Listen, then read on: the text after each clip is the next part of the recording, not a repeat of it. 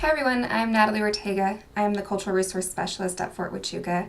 I've been the Cultural Resource Specialist for a little over a year now, and this is a presentation that we usually give to our OSHA students on post that I wanted to show you today. The OSHA class usually consists of construction workers who are doing work on post, and our main objective for this presentation is to give them an intro to what cultural resources are and why they should matter. This presentation is usually done by two of us, myself and my coworker Marty Tagg, but I will just be giving it today. First, we'd like to start off giving a brief history of Fort Huachuca. This is a map of the installation, and the installation is broken into the West Reservation and the East Reservation. The East Reservation is basically just a bunch of training ground, and the orange reddish impact area that you're seeing is called the Dudded Impact Area, and that's where a lot of bomb testing was done throughout the history of Fort Huachuca, so that's kind of restricted. The main focus that we want to give the OSHA students is on the West Reservation, and that is where the cantonment area is. The cantonment area is the built-up area where all of the soldiers and administrative buildings as well as housing is, and that's where a lot of these construction workers will be doing their work. Old Post is also considered part of the cantonment area, and that's where I work. Fort Huachuca's the installation is about 73,000 acres, so I help manage all of that acreage. We are also known as the home of the Buffalo Soldier and the Apache Scouts. We have archaeological sites that date back to 12,000 years. We also have a National Historic Landmark District, which is Old Post, what I was talking about earlier. And we also consult with 11 different Native American tribes. So here's where we start talking about cultural resources and what they are. A lot of these construction workers do work on the historic buildings in Old Post, so we like to generally give them an idea of what historic properties are. So historic properties are buildings, sites that are generally 50 years or older. We do have archaeological sites that consist of paleontological artifacts, prehistoric artifacts, and historic artifacts. We do have historic structures like Old Post. We do have a number of sacred sites, as well as managing collections on post. So the archaeological sites on Fort Huachuca, about 73% of the installation has been surveyed, and from those surveys we have been able to identify 463 archaeological sites.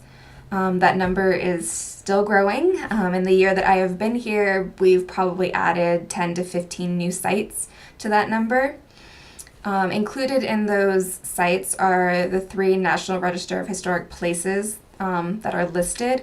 That would be Old Post, the National Historic Landmark, Garden Canyon Site, and Garden Canyon Pictographs. Those 3 are listed on the National Register.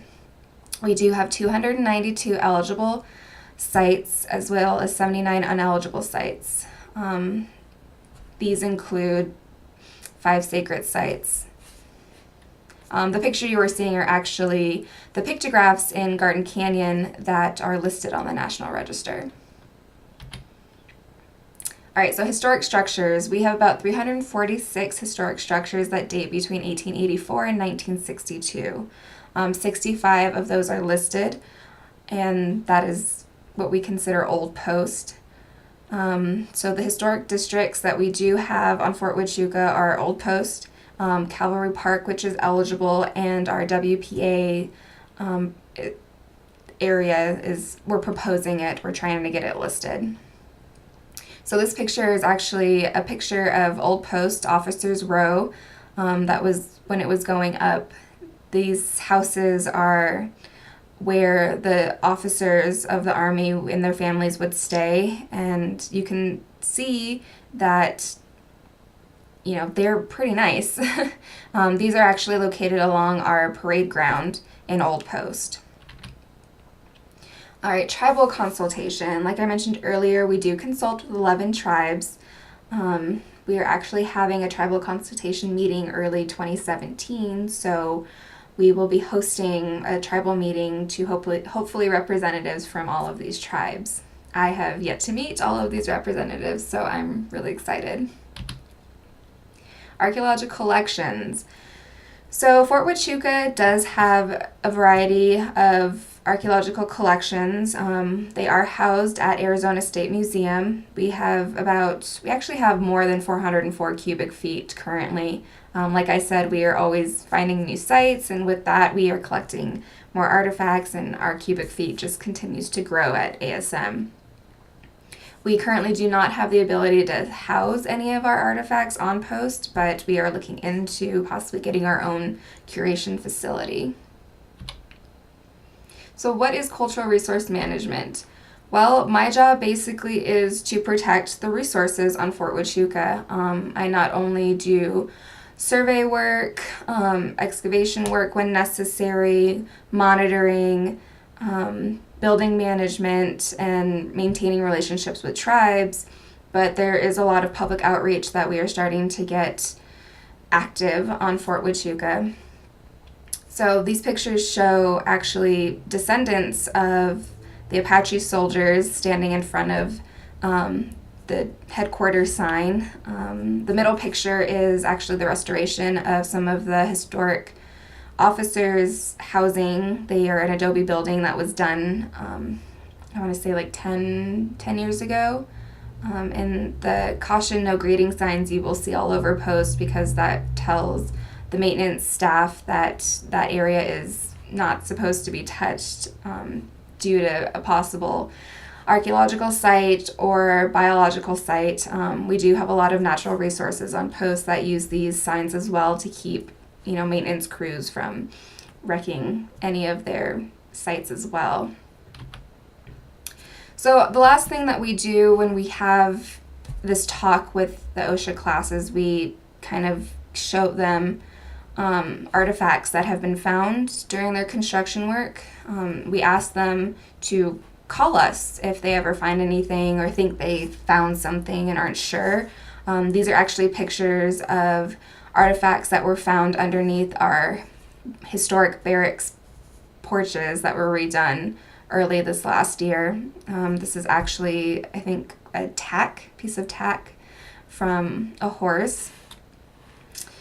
And then we always end with, who are you going to call?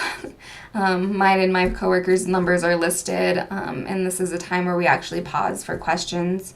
This talk usually goes over an hour, just because it's not as formal. We ask them to interject and ask us questions as we are giving this presentation.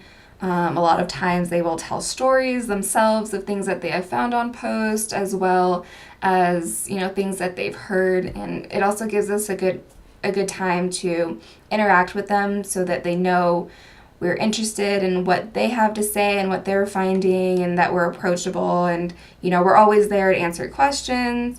So it's more of a get to know you, like what kind of questions do you have, how can we help type of talk. So instead of a 10-minute presentation, this usually takes over an hour with everyone wanting to interject and ask questions, and we are really happy for that. We've had really good positive feedback from giving this class, and hopefully we can continue doing this.